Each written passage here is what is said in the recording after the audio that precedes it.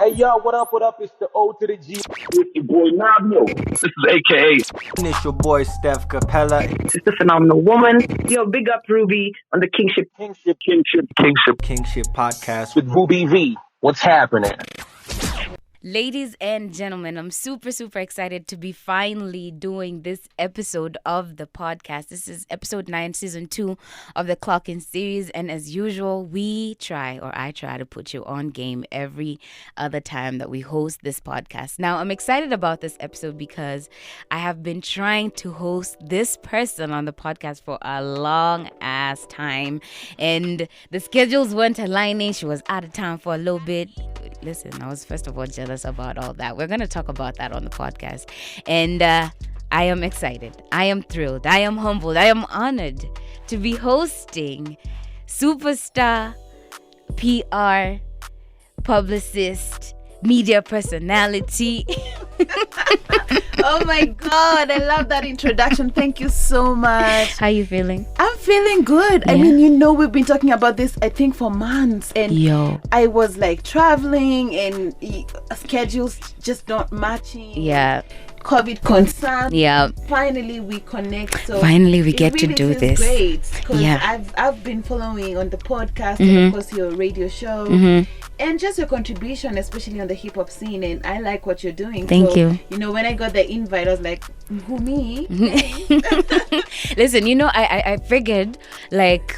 I see you doing interviews with other people, but like I haven't really seen an interview with you. I don't think so. I don't think I've seen. Well, there are quite a few because mostly I decline interviews because I feel like a lot of the people who want to interview me, sometimes I don't like the way they approach me because sometimes they're like, "Oh, we have this feature of celebrities and we'd like to have you," or "We have this feature about influencers and we'd like to have you." And I feel like when you approach me as a celebrity or an influencer, you really don't understand who I am and what I do. And I don't subscribe to this Kenyan mentality that just because you have been exposed via the media scene, that makes you a celebrity, because then there rises the confusion between who is a celebrity and who's not a celebrity. And the general public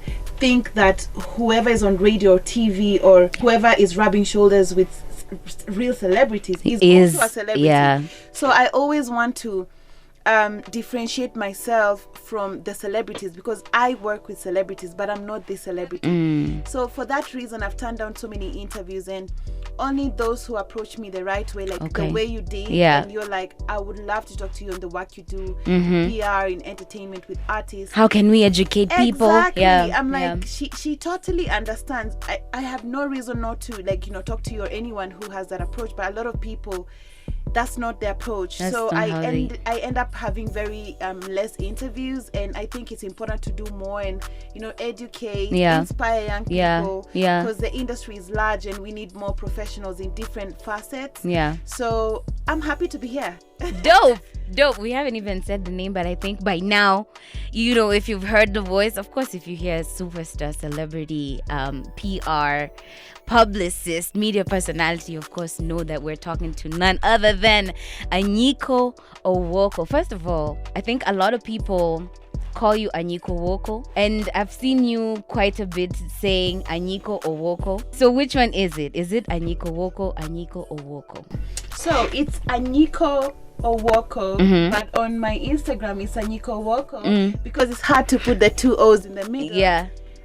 For those who call me Anyiko Owoko or Anyiko Owoko, I accept. But I think some people get confused and they think I'm Anyiko Owoko. Exactly. So I don't know how to fix that, but well, it's Anyiko Owoko. Okay, great, man. You have done a lot of work. You have worked with, like you said, you've rubbed shoulders with a lot of people. And before we even get into that list, what it's looking like, and all that you have been involved in, when did you decide, or what captivated you about PR that you decided that I can major on this and just run with it? I think what captivated me on the PR front is seeing the success of Sauti Sol. because I worked with them as their publicist for 10 years. Wow. And during the 10-year period, there's a long time that I actually didn't know that was PR I was doing. Wow. So I came to learn on the job. I came to start to know that it was PR I was doing. I didn't know what I was doing. I was just assisting, communicating, writing stories about them, interviewing them, assigning media opportunities when and however I could.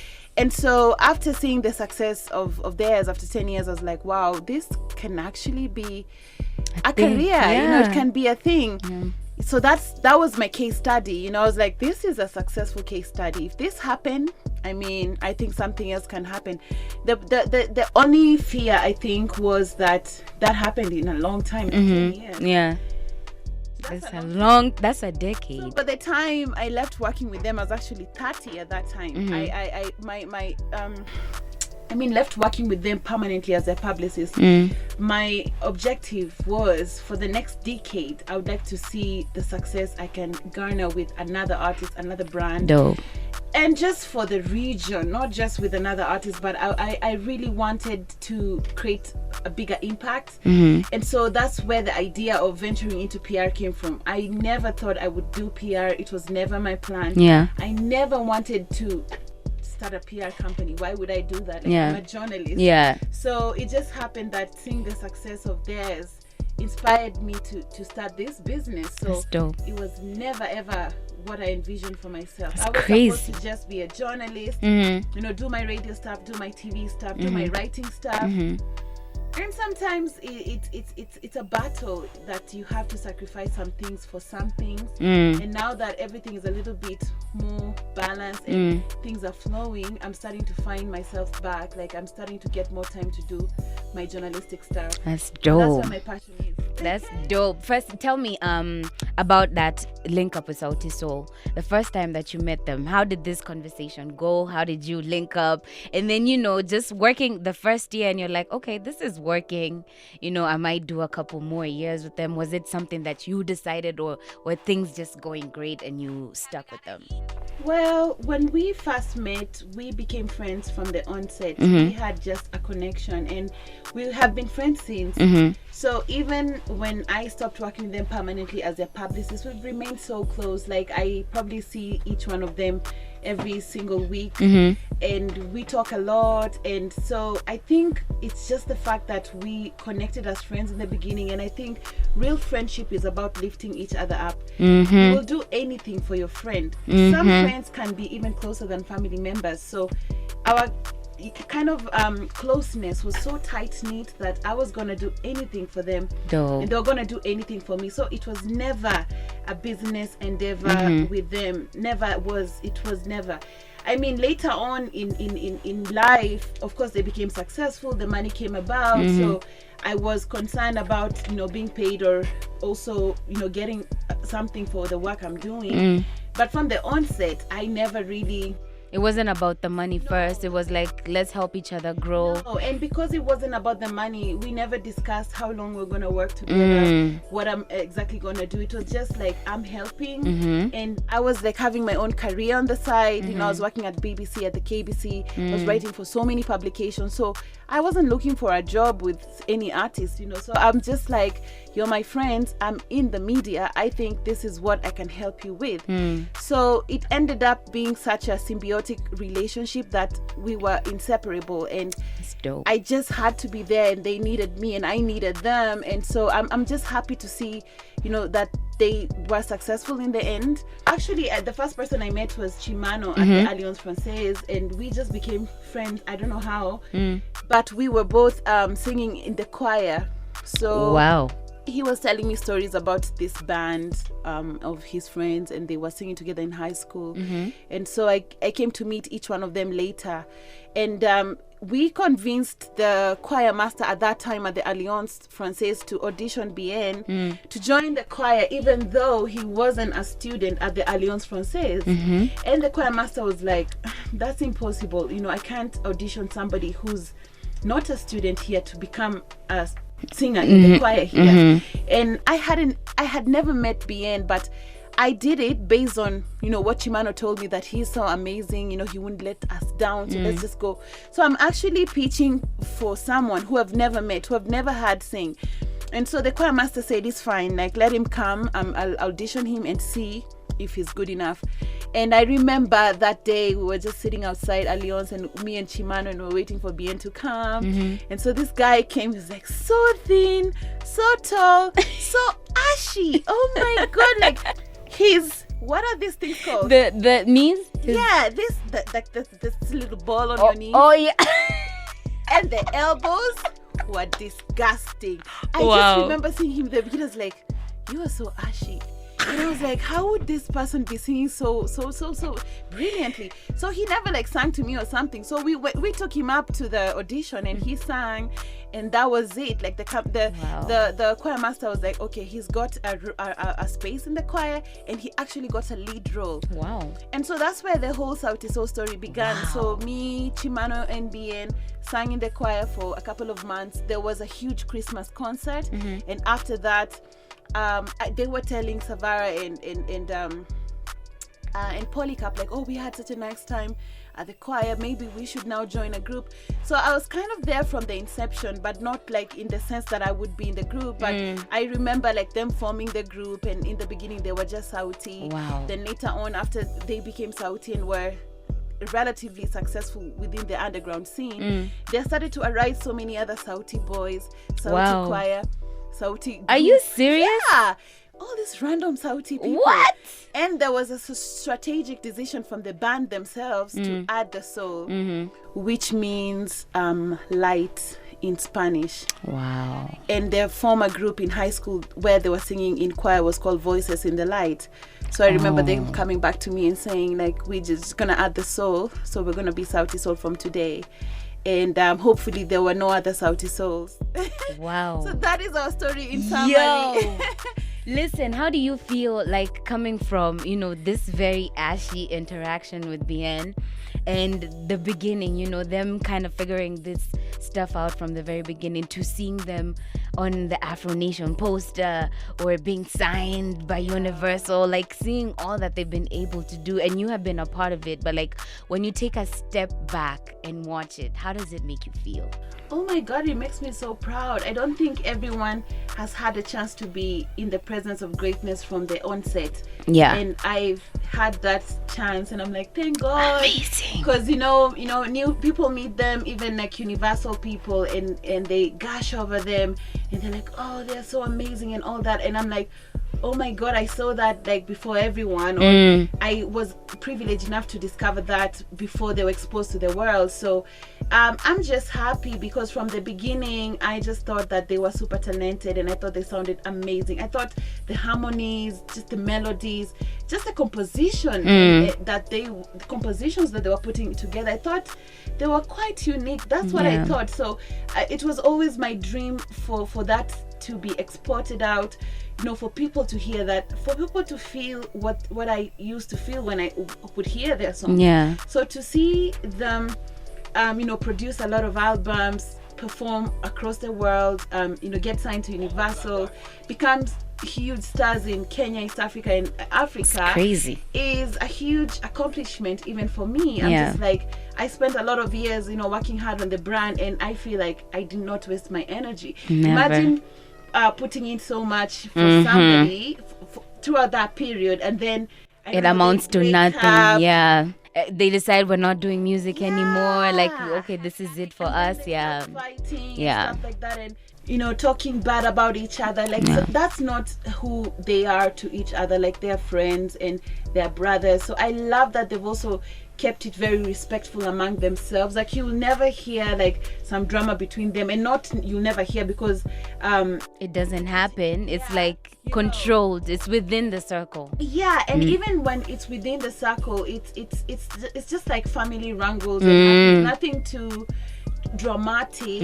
So I love that even for them themselves, they're brothers first, and then musicians and a band second. So for that reason, I am convinced that they're gonna be together forever. That's like, dope. they're gonna be producing albums at the age of 80. I'm telling you. Yo, I'm telling you. we're here for it. At least we have it on this podcast. Yes, we're here for it. Listen, like, I think one thing that I noticed about Sauti Sol, how you're saying, like, they keep it within the unit, they keep it in the circle, because I was like, okay, another group has come up. You know how groups go in Kenya. It's like after being successful, like you drop one album and then you start hearing this one is over there, this one is over there. So the fact that they've been able to rise from that very beginning up until this point and still keep it together and bring on new artists now that they're signing to, you know, their label, Soul Generation, I guess. It's crazy. Did you ever see them, like, I know you believed in the talent from the very beginning, like you were there, you knew that they were gonna get to where they were gonna get. Did you see them signing little Sauti Sol artists under their label? Did you see that happening? Was that a conversation that happened? Well, I didn't see that happening in the beginning, because in the beginning the first thing you're thinking is how are these guys gonna make it? Yeah. Are they gonna have money? How are they gonna have investment into their brand, into everything they want to do? But I think later on in life, when they, you know, got all the success and acclaim and whatnot, they always talked about wanting to sign new artists, especially Bien and Savara. They're very passionate about mentorship. And Bien would give so many other artists like my number, and they would call and say, you know, Bien referred us and he said you could advise on this and that. So they always kind of had a knack for advising artists and empowering them. So they had always mentioned that we're hoping to sign artists and stuff, and I was like, I wonder who these artists will be. I wonder how the record label would be. And then finally, you know, they had the name for the record label, and we actually collaborated in the launch of their record label. That's like my company and theirs. So that was quite successful. So I mean, I'm happy for them again. Honestly, it could only get better. We're waiting for that Grammy nomination, a Grammy win. Like, I couldn't be prouder, honestly. I really like how they move. So how, after working with them for 10 years, when did you finally decide that, you know what, we're switching this, I'm transitioning into this other thing, and you're not going to be permanently handling their communication? I think it was in 2017 when I decided. I knew this was gonna come about. I knew at some point I need to kind of move on with my career and work with other artists, but I didn't know exactly when. But I feel like in 2017, the year itself was just a culmination of different feelings, things in my life. Like, I just felt like I just needed to cut off everything and start afresh. So that's when I like stopped working with them. I quit like my TV job.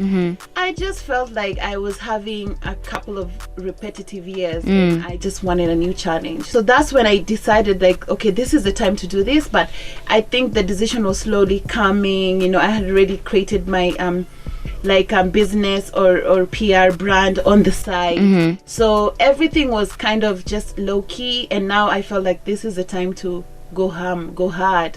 It's the time to start reintroducing myself to the industry and to artists, and to start letting them know that I can work with them, because there was the perception that she only works with some exclusivity. Exactly. So how then do I, you know, talk to other artists or have them work with me? So it was quite a challenge to start contacting each artist one by one and explaining, like, I don't only work with them, please give me a job. But I felt like it was important for me to start that. Like, it was a lot of lobbying, a lot of networking. So that was 2017. So now tell me about working with Coke Studio Africa. Was it during the Sauti Sol working period, or was it after? It started during. I started working with Coke Studio in 2015, and I've worked with Coke Studio consistently until the last season, which was last year, 2019. It's another project that was and is still very close to my heart, because I think I stand for what Coke Studio stands for: connecting African artists like on one platform. It's actually almost similar to my company's motto, because we say at Anyiko PR that we create African stars, and we connect different audiences in unique ways. But what Coke Studio does is connecting different African stars, you know, relatively big, and even those who are upcoming and big in their own right in their countries, in their local markets and whatever, on one platform. So I really kind of resonated with the show for that purpose. So I worked with Coke Studio from 2015, and I think as a music and entertainment publicist of the show. And then in 2019, my company got to represent the entire PR project of Coke Studio in Kenya, and we're also the central agency in Africa, which means my company was coordinating all the other PR agencies across Africa, running Coke Studio. Because obviously Coca-Cola is a huge brand, Coke Studio is a huge brand, and you will not believe the kind of machine that runs this Coke Studio. Like Coca-Cola has agencies across Africa. So basically, if the show is representing 13 countries, 21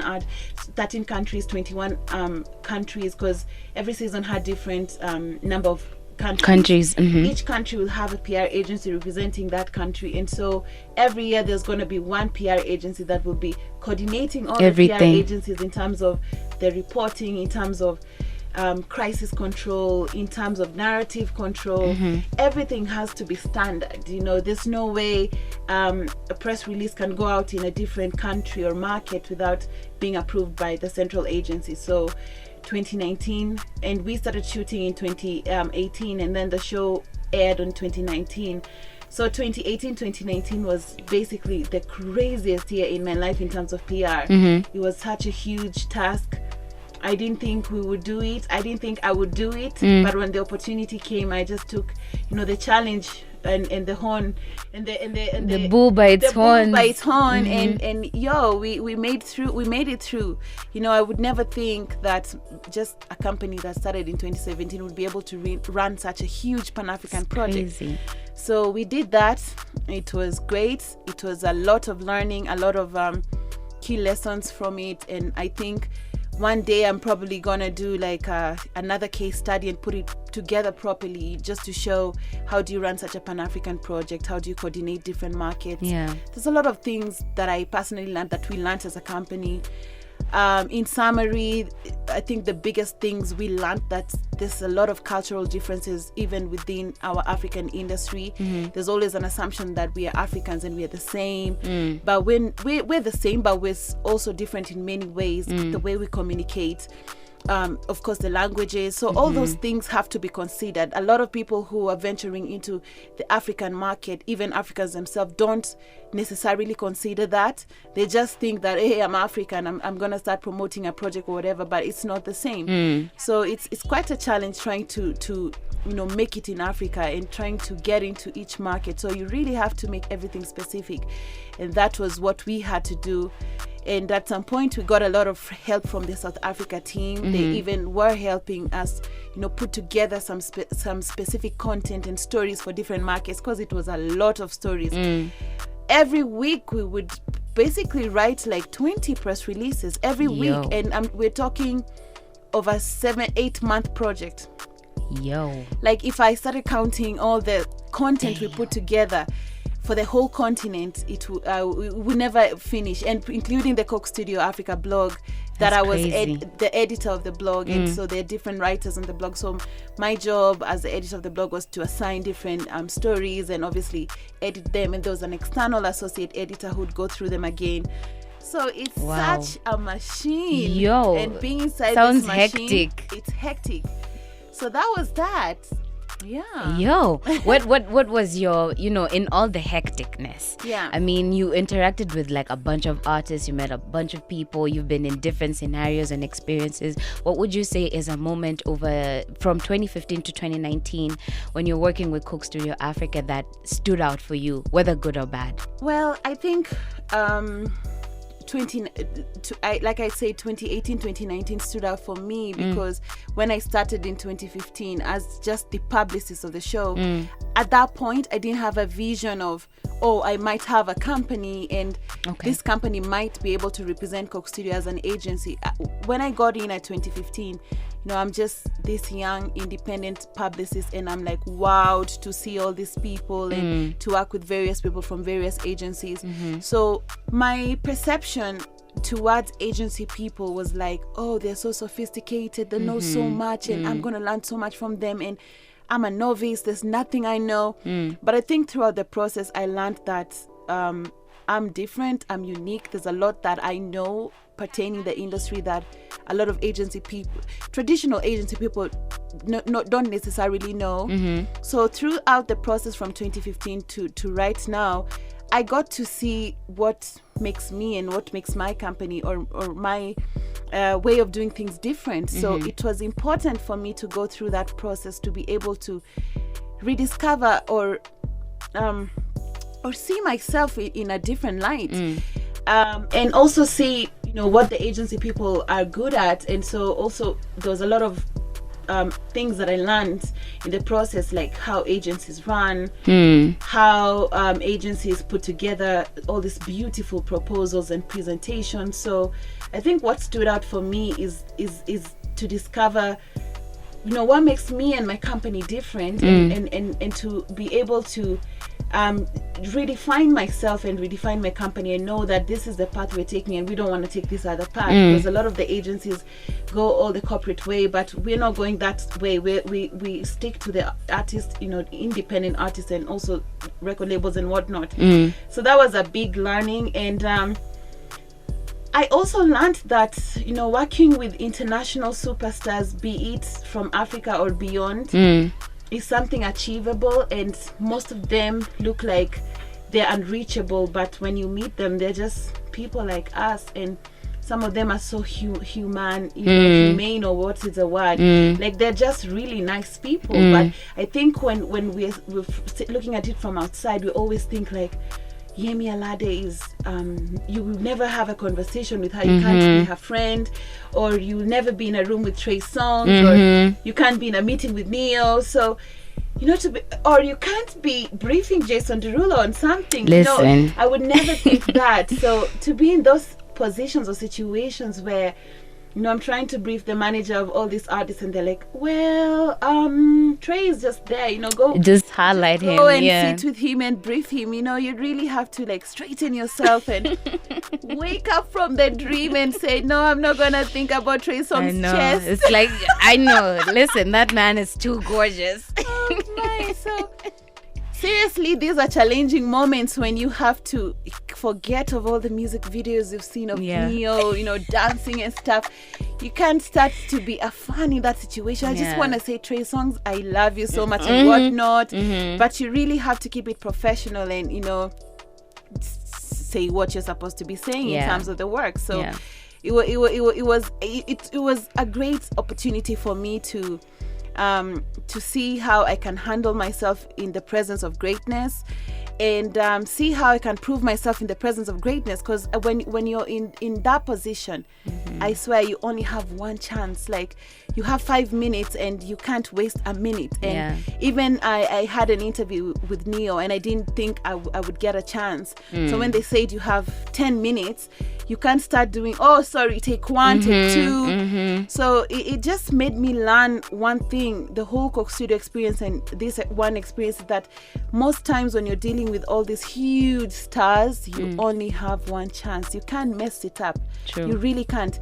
You have to prepare yourself throughout your career, throughout your period, throughout the day, for just that 5 minutes, or that just 1 minute. And that's what's gonna probably define your next opportunity, you know. So I mean, again, I survived that. So that was incredible. Let me tell you, of all the Coke Studio moments, that Trey Songz one, I was dying. Like, I had a boyfriend at that time, and he was, the whole week, all I was talking about is Trey Songz. I was like, what? Have you seen? He was in a matatu from Rongai. Why didn't I take that matatu? Like, what? Like, where was I when he was doing this? Like, I'm such a fan of Trey Songz. So just being in that like room in the press conference, and like, it was, and he's so cool, because I remember we were just chilling, me and him, at some point, because there were certain interviews he was supposed to do from around Africa. Like, there was one in, I think, South Africa, in another country, I think probably Nigeria. So we were waiting for the people to call, because they were supposed to call at a certain time, and we were just sitting sitting in a room, just me and Trey, and I was like, okay, what do I say? Then I was thinking, like, is he gonna be pissed because we're waiting? And he had the bouncer there, and then I noticed he's just a cool guy because he was just looking at cool videos on Instagram, and he was sharing like with his bouncer, and I just saw him like just playing around, and I was like, okay, we're gonna have to wait another 2 minutes, and he was like, it's fine, no problem. And I remember him like saying, like, are you on Instagram? What's your account? God Let damn me it. follow you. Anyiko, don't say that. I want to be you. I'm going to hack your account. So seriously, like, I'm just like, oh, wow. So you're actually a nice person. I think also people think like, oh, celebrities are so bad, or they don't talk to you, or they have an Hollywood attitude. Not all of them. And I've luckily had a great experience with a lot of the ones I worked with at Coke Studio. Drip check. Wanna be stylish and fly as fuck? Yeah. Wear your attitude on the outside? Well, look no further than Uncut Fit. Get any of our 4 unique designs on a tee or hoodie in the color and size of your choice. We've got kid sizes too, so you can go ahead and match your drip with your kid. Hoodies are only 3,000 shillings, tees at 1,200 shillings, and the Uncut logo baseball caps at 1,500 shillings. Pre-order at half price and pay the balance on delivery. Follow at Uncut Fit on Instagram to check out your designs and cop something. Now talk to me about Anyiko PR, and when you say your company moves different, what do you mean exactly by that? Okay, so Anyiko PR stands for Anyiko Public Relations. As I said, the company was founded and it's started officially running in 2017. We move different because we call ourselves a PR agency, and traditional PR agencies work with a lot of corporate brands, especially talking about like the Kenyan scene, on a lot of corporate brands and work that sometimes includes big brands, big companies and stuff like that. So when you usually say, oh, I run a PR agency, that's what first comes to somebody's mind. But that's not what my company does. When we say we run a PR agency, first of all, we only represent artists, we only represent creative projects, we only represent cultural projects. So that would span from industries from music, entertainment, events, theater, film, literature. So that's kind of the spectrum, and it's quite broad. But I would say like the face value that people know us from is the music and entertainment. And we do a lot more than just music and entertainment. So for instance, we've represented a lot of documentaries, a lot of films, a lot of events, a lot of festivals. So I think what makes us different is the fact that before I started my company, I didn't know of another company like mine that was representing artists the way we are. And the way we represent artists is we don't take one model and try, sell it to each and every artist, but we understand that every artist comes from a different background. Every artist represents a different sound and wants a different thing. I just feel like, based on my experience working with certain agencies, that they have this approach which is very copy-paste from what has been successful before. We don't rely on what has been successful before in our company, even for specific clients, whereby you find we've worked with Sauti Sol like for a long time, or I worked with them for a long time. We would never, for instance, have a different Sauti Sol release and just say like, oh, we had this press release, so just take half of it and just add something little and just send it out, because that's already that copy-paste mentality, which is absolutely horrendous. And a lot of PR people in this country particularly are doing that. I just reading all these things and it's just copy-paste or something written like something else. I'm just like, who's gonna be doing the original content? So it's fine. Okay. So that's what I think makes us different, that we pride ourselves in first, giving every artist or client a specific approach to yourself, to your brand, and it's tailor-made. It's tailor-made, and then we're also big at creating narratives and putting that out in a strategic way. So that does make us different, but it doesn't only make us different, but it also gives us a lot of work. It's a lot of work. And for that reason, we are also not able to handle so many clients because honestly, we don't have the capacity. At any one point, I think we only have the capacity to handle at most up to maybe 7 clients. But during Coke Studio, because it's a whole lot of artists, it's basically like 100 artists or something over a period of like 5 months. So that time, like the team expands and like I had extra people working full time. But generally, we're very lean in the way we roll, and from time to time, there's certain artists we're not representing, but they come to us and say, hey, I just want a press release for a song, or I just want to do a couple of interviews. So we can always, rope in somebody here and there, but we really keep it lean just so we can give maximum attention to each brand. Okay. Because I think that guarantees you more business, keeps you for the long run, as opposed to wanting to have so many clients and then you're such a small team doing a shoddy job. I get what you're saying. So that's what makes us different. And from outside, I think a lot of people think, oh, we are so big and we only represent huge stars. And man. There are a lot of people who say like, oh, I hope you're going to represent me. I'm not like Sauti Sol or I'm not Yemi Alade. But we don't discriminate, as long as the artist is dope, as long as the sound is dope and it's a quality production. There are many times also when great artists came about, but whatever they produced wasn't good enough, and we have to find a way to let them know like this is not gonna roll in a good way, because I think it's not right to just take money from artists to say, oh, because we are I'm going to push it, and you can't push the product. And it's gonna be hard to push it because on the radio side, it's gonna be difficult even for the radio to play something that's not actually good quality. True. So I think the Swahili saying that says, what does it say? Chema chajiuza, kibaya chajitembeza. That is basically factual. It makes my work so much easier if I'm representing an artist who has a great brand, great communication, a quality music and production. And it's really hard for me when they don't have that. So when those who don't have that come about, it's hard, man. They're willing to pay so much or whatever, but not that money is going to help me make you a success. I think I also rely on the quality of the product of the artist. So that also makes us different, because I know a lot of PR people who will represent anyone for the sake of the money, or will do any type of projects. For instance, we don't do politics. So we've had a lot of requests. Even now, recently, someone asked if we want to manage like an upcoming campaign for someone who wants to run for presidency. And I was just like, no.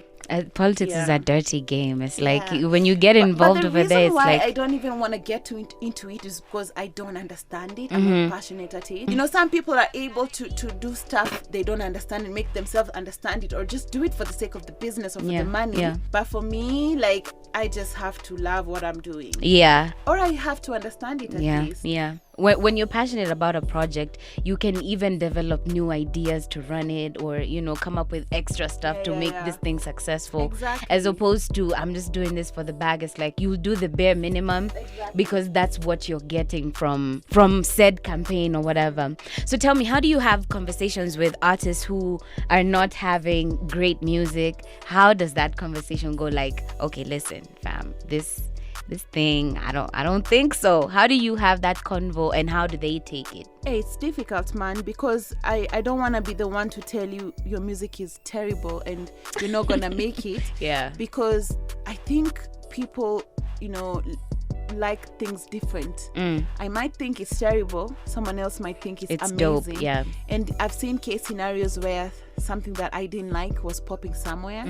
It's just like there's an audience for everything. So I feel like despite the fact that we might feel, or I might feel, that someone's music is not good enough, it doesn't mean it can't go somewhere else. So you have to be careful when you're giving this type of feedback, because you don't want some artist to go and say, hey, Anyiko said I can't make it, and that this thing I can't even promote it. And I also don't want them to feel like because Anyiko PR can't promote this thing, I have to trash it. I still want them to proceed if they still want to proceed, but it's just like, I want to give you constructive feedback. So most times I just let them know that we're not going to be able to promote this at this time because I don't see how we're going to make it a success. And if an artist is smart enough, they're going to go into the details and ask stuff like, why wouldn't it be a success? And so I would explain like the way it sounds, the production and whatnot. A lot of them don't go into the nitty-gritties, but some of them do. And I like those who get into the nitty-gritty because, for instance, even when we're submitting videos to MTV and Trace, sometimes they get rejected. And sometimes they don't say why they rejected them. They just say they're not up to standards. And I just give the artist that feedback. And so certain artists come back and say, I would like to know why it was not up to standard. So that makes me go back to MTV and say, please explain to me. And they will say, it's the color grading, it's I don't know, whatever. It's they'll give details. They will give details. So when I can give details and when I'm asked to give the details, I would have to, go straight into it. But usually I just explain that I don't think we'll make this a success, and if you have another single or video, please let me listen to it and I will advise you. I think it's very important before agreeing on doing a job or taking someone's money to first review the song, product, the video, yeah, and see how you're gonna work with it. So it doesn't work the opposite. It starts with like, let's review it, let's see how it's gonna work, and then let's now agree on how we can promote it. So that's how it works for me. And there's a certain artist who sent me his stuff like 2 different times or 3 different times, and they were not good at all. And I kept on telling him, send me the next project, and he sent me another one and it's like, nah. And he sent me the last one. It was really dope. Okay. Yeah, like a really dope song and really dope video, and I didn't even expect that it would be that dope because he sent it to me and I hadn't listened. I was having a long day, so when I finally had it, I was like, whoa, this is a banger, and I like getting to a project feeling as confident. You're like, I know this is dope. I can do this. You don't want to be promoting something and yourself like, it's not that good. So I think this is one case scenario where someone took feedback and kept coming back until we had that dope project. So we're actually promoting him now, and let's see how things gonna go, but so far so good. That's dope. I mean, I feel like a lot of artists don't like hearing that no or please change this. It's like, what do you know about music to tell me to change that? Exactly. But I feel like being in the industry, after doing radio, TV, Coke Studio Africa, after working with artists and knowing what can sell and what can't sell, you also have like knowledge about, okay, this one, there's no way, even if I have my radio friends or TV friends, they're gonna be like, what is this? How can we sell this? So I think it's important for artists to also like be open to listening. Some people send you like music for review and then you say ABC and then they're like, but, and it's like, you asked for the feedback and I'm giving to you as well as I possibly can. So like, what next? How next can we move from here? Now, when it comes to working with the artist, like you've said, it's not just about working with the mainstream, quote unquote mainstream great artists, the superstars. It's about like getting a dope product, how well an artist has packaged themselves, and also like how dope the song or the video is. When it comes to working with these quote unquote, again, smaller artists, what exactly do you usually need? Besides the whole, of course, the music has to be great and sellable. Like, what else does this artist have to embody for Anyiko PR to represent them? Well, nothing really. The music needs to be great. They have to have their communication materials intact, because especially when you're starting afresh, people don't know you, they don't know your name, they probably don't know your face. So you have to have great press pictures. You probably need to have a proper bio, even if it's short, just to explain who you are, where you're from, what is your inspiration, have you won any awards and stuff like that. So those are very basic. So even if you're like relatively new and you have a great song and you don't have those, we still can't proceed. And obviously if it's like the videos, you have to have them in certain specifications. So sometimes you find a lot of the upcoming artists have some have great music, but then they don't take time to think of the branding. You have a great song, but it needs to be branded. Even for instance, when you have a song release or a video release, you need to have a poster for that. Sometimes people don't even have a poster for that. So I'm just like, how can I start promoting you without putting this info together? Because what I'm gonna do is send the song to HBR and then they're gonna be like, who's this? Exactly. You know, you just sent a song. Who produced this song? When was it released? What project is it from? So it's all this other information defining who you are as an artist, which we need. And if you don't have that information, we have to create it for you and you have to pay for that. And that's another thing that maybe that artist hadn't put into consideration. So many times there's the back and forth where it's like, oh, I don't have a bio, I'll come back when it's ready, or I have not done a photo shoot, I'll come back when it's ready. It happened sometimes that we represented certain stars who didn't have photo shoots and we had to organize for them or send them to the studio or something. I remember when we did PR for Akode with her song with Flavor, which was such a success, and I can confidently say that she actually blew up after this song. You know, she already had this huge song with Diamond, which was doing great in East Africa, but this one with Flavor, that was the deal breaker. Like that's what made her blow across Africa. So during that particular release, she didn't have like dope press pictures. You know, she didn't have an artwork for that. And I loved working with Akode because she listens. You know, I was like, we need a photo shoot. We need a dope design, and we're gonna use our dope designer who's like based in Lagos. We need this. She was like, I'll do everything that you want me to do to make this release a success. Dope. And that's why it was a success, you know, because she was still big, you know, she was still like a sensation then. But the fact that she was able to take advice, like, we can't proceed without this. I remember us going to a photo shoot and her doing a photo shoot for the for the poster. So some of those things artists need to take seriously. It's not as good as I can pay Anyiko PR and have a great song. But I would advise even for artists to do constant photo shoots, because you don't know when you need them. You need them for media appearances. You need them for song promotions and video promotion. So many things. So those are things artists don't take. They sometimes take for granted or don't consider. So I think even when you're upcoming and you haven't started approaching PR and stuff, just put your stuff together. Like, just make sure you have 3 different photo shoots and stuff. That really helps in building the brand and the image. You don't want people to start Googling you and they're finding random pictures from Facebook back in 2019 and 2009 and stuff like that. You start defining your brand from the beginning, and it's by you creating the content that you want to put out. Amazing. Last year, Uncut Africa pulled off the biggest hip-hop event of the year, the very first Kenyan hip-hop award show in history.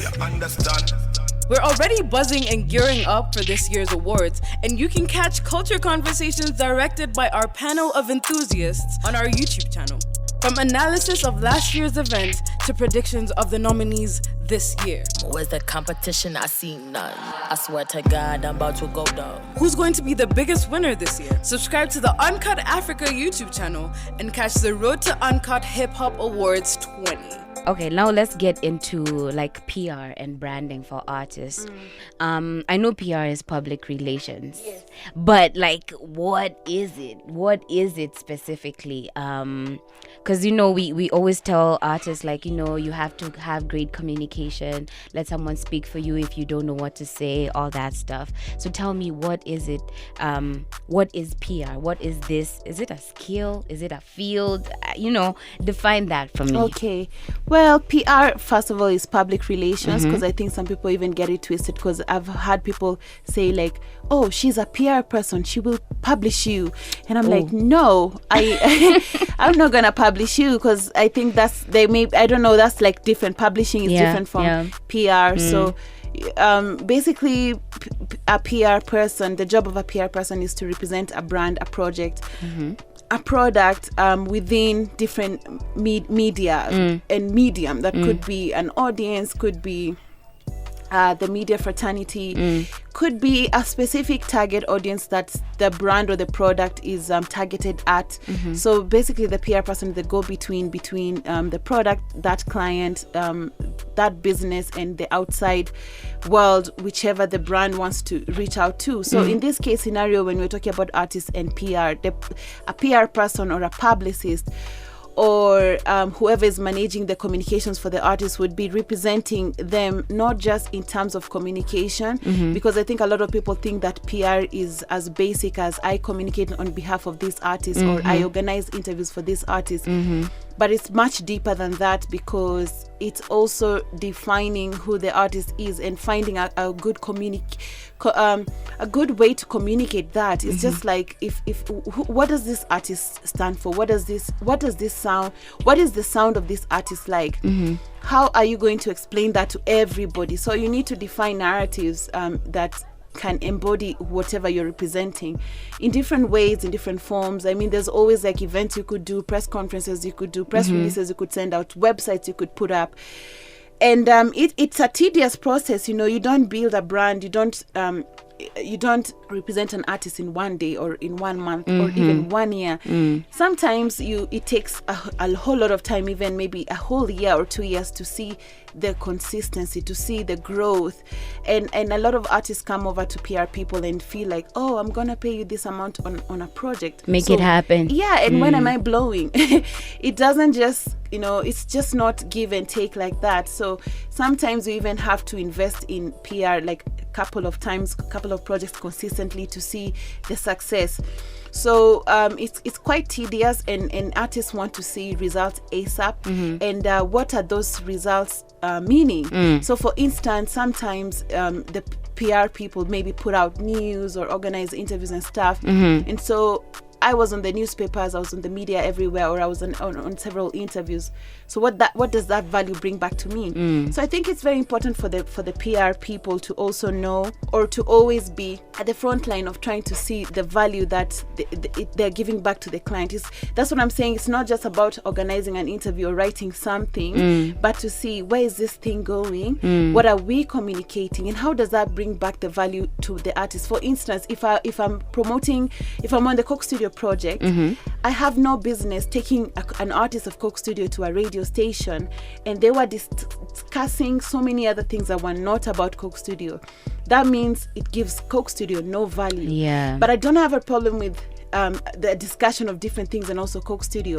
So there's always has to be that balance as to what's the value we're trying to get from here. And so when you just organize interviews and don't also organize or prepare what it's going to be about, or sometimes you're not there to actually help orchestrate the interview, you'll end up becoming a PR person who's making things happen but who's not giving value.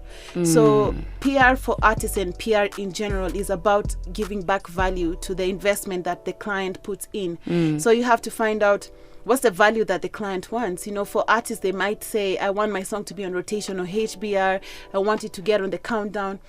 Yeah, but we don't have the power to get your song on the countdown. The best thing you can do is probably book you on the best shows that will probably put you on rotation. Yeah. So, you also have to manage the expectations of the client and tell them what you can do or what you can't do. Some of them come and say, oh, we're going to pay you for PR and we need 2,000 streams a day on Apple Music. And I'm like, well, we're not doing digital streaming and stuff. We're on a different level. So that's what PR is about. It's actually a game of, numbers, a game of value. It's a game of numbers because you ask to be paid a certain amount of money and you have to show the value back for that money. Yeah. I gave you 50,000 shillings over a period of 2 months. What did you give me back? Yeah. When it comes to, the amount of money that you spend on PR, and you've said that there's artists who approach you for projects, like an artist will approach you for a press release or whatever.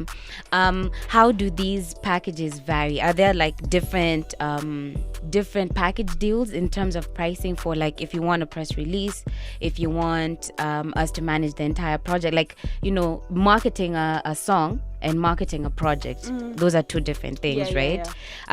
Do you approach them also with different tactics? Yes, we do. I'm not sure how other companies run, because I can only speak on my company's behalf. But for us, because we have that perspective and approach that we represent African stars and artists from all over the continent. For that reason, we have 2 different rate cards.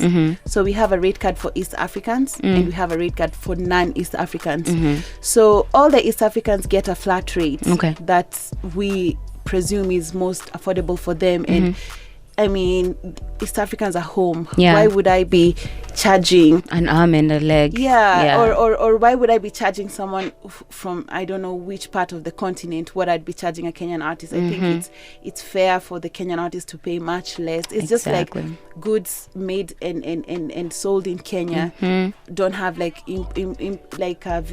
import tax. So like they don't have to be super pricey because it's the same notion. So we do have 2 different rate cards, and so in each of the rate cards there's different pricing for different services, from drafting press releases to sending them out, to retainers on projects, to media tours.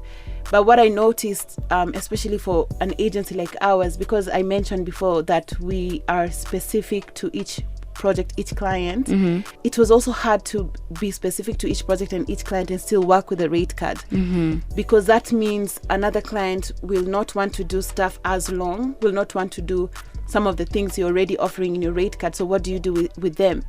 You can't charge them the same as somebody else because you're actually not doing the same to them as somebody else.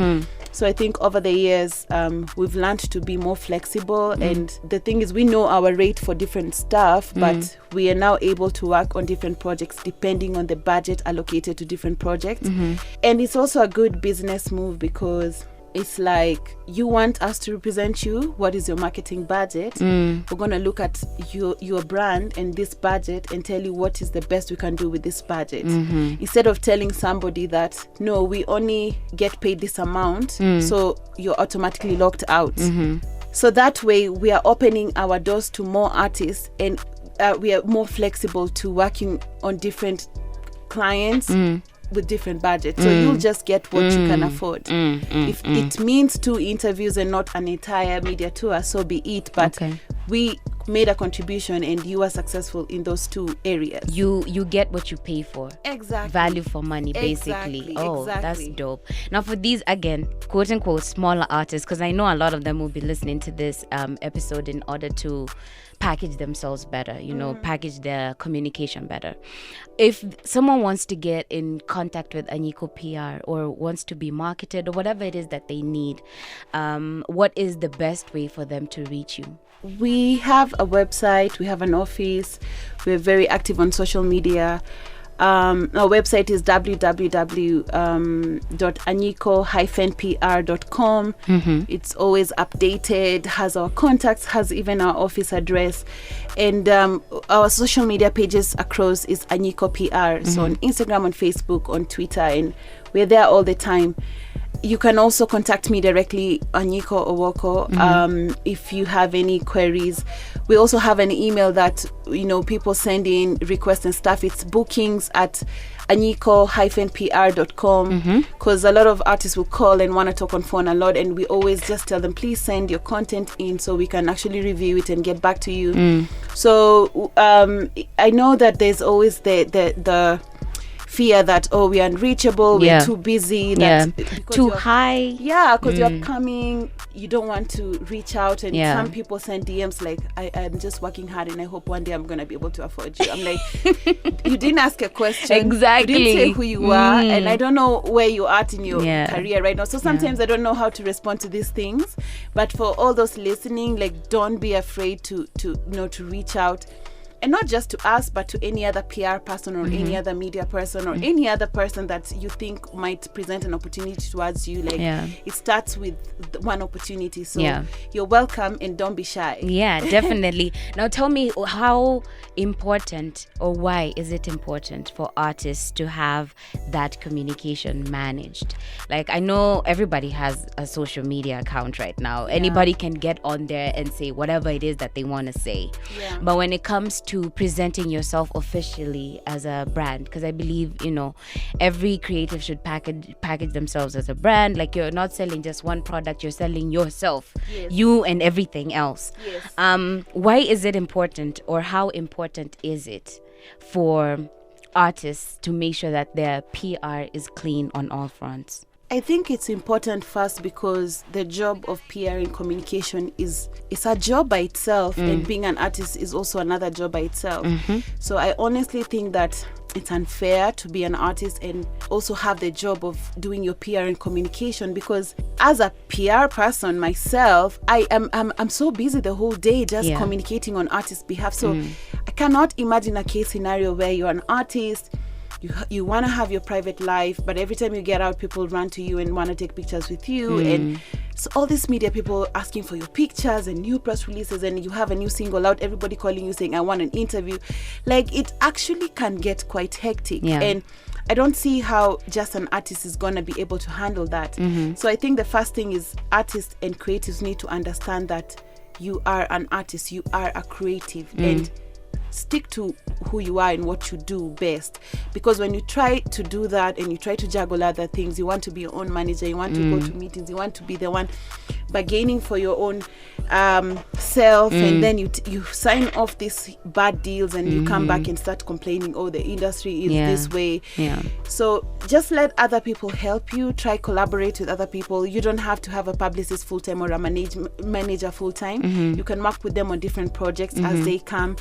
See what you can allocate to them. Especially with management, you can always pay on commission basis. Even on some PR projects, it always depends. Life is about negotiating and collaborating. So I think it's important for artists to have PR because it's a never-ending job, and it's always working 24/7. I always say PR is not 9 to 5. So even like last night, someone was calling me at 10 p.m. and they were like, "Oh, we want one of your clients on TV tomorrow morning." What? And I have to respond to that. I have to try get the client, because I understand that, hey, there's a spot that we could fill, and then I couldn't find the client, and I have to call back and say, oh, I can't find somebody. But I can imagine like artists being called anytime for anything, and them having to remember. And that's where starts this whole stories like, oh, this artist has an attitude. You call him, they don't come for interviews, they're rude, and they say they'll never come to a station. Is because you're calling the artist directly, and they can handle that. And also it's because they are accepting to be called directly, and they don't know like someone else is supposed to do this job. So if you have PR, it's better because you don't have to deal with other people, especially media, directly. And so they tend to see you as a business, as a brand, as someone who's not reachable, and there's a buffer between them and you. And I think that's important because artists especially need their privacy. And also need their respect. Sometimes we're just in an industry where there's no respect. Like I find some media people acting as if they're artists themselves, or putting themselves in the same pedestal with artists. Like you're now the superstar also. It's like, or media people saying, oh, they think they're such a superstar, but they are a superstar. But there's always situations that have made the media people and artists feel like we are all the same. And I think it's when you don't create a line between the friendship and the business. So just don't want to do the job. It's a lot of work, and I'm stressed myself, and that's the one job I'm doing. So you're doing a lot of other stuff, producing music, and also artists have different schedules. Most of them work late at night. So when people are calling in the morning and stuff, like, it doesn't go well. The communication is not getting that. Again, also, do you think that the Kenyan market, as far as the artists and other creatives are concerned, do you think that they're finally getting the importance of having someone manage your communication for you? Yes, they are, because when I started out, I felt like, oh, I'm the only publicist, or this is the only company. But now there are so many dope publicists, doing dope stuff. I'm just happy to see the growth. Like my friend on CZ, there's Oyaro, who I've worked with, and so many other dope people. So it's just like our industry is not devoid of good PR people or companies. So I've seen the fast growth, and even sometimes we're not running any projects, and I'm sitting at home and I'm watching TV and I see all these artists doing stuff, and I'm just like, there's some publicists running this town now, because I'm like, all these They artists didn't come couldn't through be- me. Yeah, Like, yeah. And not just Kenyan, but even artists from across Africa. I see them all the time on TV, and I'm like, we didn't book that. Yeah. And also we have a lot of media people, when they see an artist who's not from Kenya being interviewed, they send us messages like, are you the ones representing this person? And I'm like, we are not. Yeah. And that tells me like, hey, there's some people here in the streets, making things happen. Yeah. So I gotta get my A game on. But how does it make you feel? I feel like I'd consider you like a pioneer in the PR field. When you see all these things happening, does it challenge you, or are you just like, okay, it's... Well, it's challenging. It's challenging because I'm just like, hey, this company needs to be innovative. We have to see what else we're offering artists. So, we always have to come up with new services, new added value. Yeah, it's challenging, man. Spearhead the movement. Exactly, because I don't want to be out of business in 2 years. And the problem now is like all the newcomers want it so bad that they're probably going to be doing it for free like I was in the beginning, or are probably not going to have any rate. They're just going to be like, I'll do whatever, give me something. So why would an artist not take that deal and not have to pay much for whatever we're still offering? So the stakes are high, and so the competition is also high. So man, we have to up our game. And we're in the process. We're actually in the process of launching a new business. Oh yeah?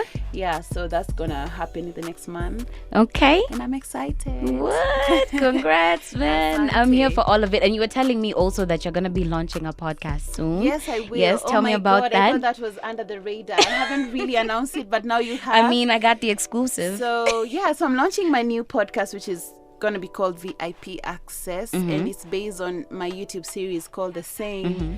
The concept of it is very simple. It's just a traveling cultural show, and I'm talking to different African stars and creatives from around Africa.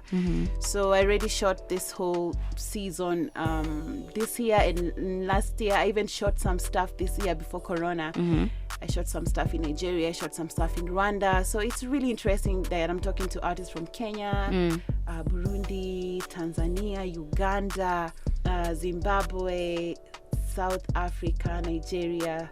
So it's great, and I can't wait to launch it. Looking forward to it, man. Thank you. How do you feel after interacting with all these African countries and stars? How do you feel different countries gravitate towards content curated around their person as compared to like the Kenyan audience? I think what I've noticed based on my YouTube stats and interviews with various artists is that other fans from other countries are more excited or are partaking more of the content pertaining their artists. They are taking it more than here, or they're enjoying it more. I think for Kenya, for now, it's not neither here or there, but I think we like the Kenyan audience likes a lot of the dramas, a lot of the beef, more than just the BTS of who an artist is, more than just the story. Getting to find out who this person who makes this music is. Exactly. Okay. So when you watch my show, it's not really about any drama. It's just like very basic, like who are you as an artist? How many albums do you have? Which country do you come from? And some people consider that boring, but to me that's like the journalistic way of doing certain interviews, because that way it makes it timeless. Yes. And you can always come back anytime to watch it. You're talking my language. And for me, I'm thinking like someone else from another country doesn't know Sauti Sol Nyashinsky, so let me do it this way so that when they watch them, they're not talking about some drama, but they're actually talking about who they are, our region and stuff like that. So that kind of style of journalism isn't really where it should be right now. And I think a lot of us who understand it should continue to do more of that old school music journalism. It's not dead. And we can keep it alive. Yeah, that's exactly what I try to do with the podcast. That's what it's like doing right now. Exactly. Yeah. I'm like, 5 years to come, someone will want to know like basics of PR. Of course. And they can come back to this interview and listen. Like, it's timeless. It doesn't matter if you're listening in 2030. Like, PR basics are gonna remain the same. And you can come in and listen to that. If someone is in freaking Uganda, like Sauti Sol, yes, they're big or whatever, but who is Sauti Sol? Like, Exactly. what makes them them? How do they get together? Like, what's their story? What inspires their music? I feel like also, a lot of people really don't get into the meat of the conversation. It's like, yo, I saw you fighting backstage with Calligraph. What's up with that? It's like, is that the only thing you called me for? Like, what kind of interview is this? I really appreciate you. I really appreciate your time. We're done an hour, man. Really? It was so great. It felt like 30 minutes or 25. We could do at this most. all day. This was amazing. Thank you so much. Thank you so much for coming through. Thank you so much. I just want to say shout out to you for the work you're doing. Thank you. I've been following you low key. Sometimes on Saturday, I'm listening to your radio show. Thank you. And I had you interviewing Wakadinali, and it's just excitement. I didn't even know that was their first interview on radio. I was meeting them that time. It sounded like you guys were homies. Yeah. So it's cool to see somebody, come onto the scene and also do her thing and spotlight different artists who I haven't had them being spotlighted anywhere. So I'm discovering all these new acts on your podcast, on your show.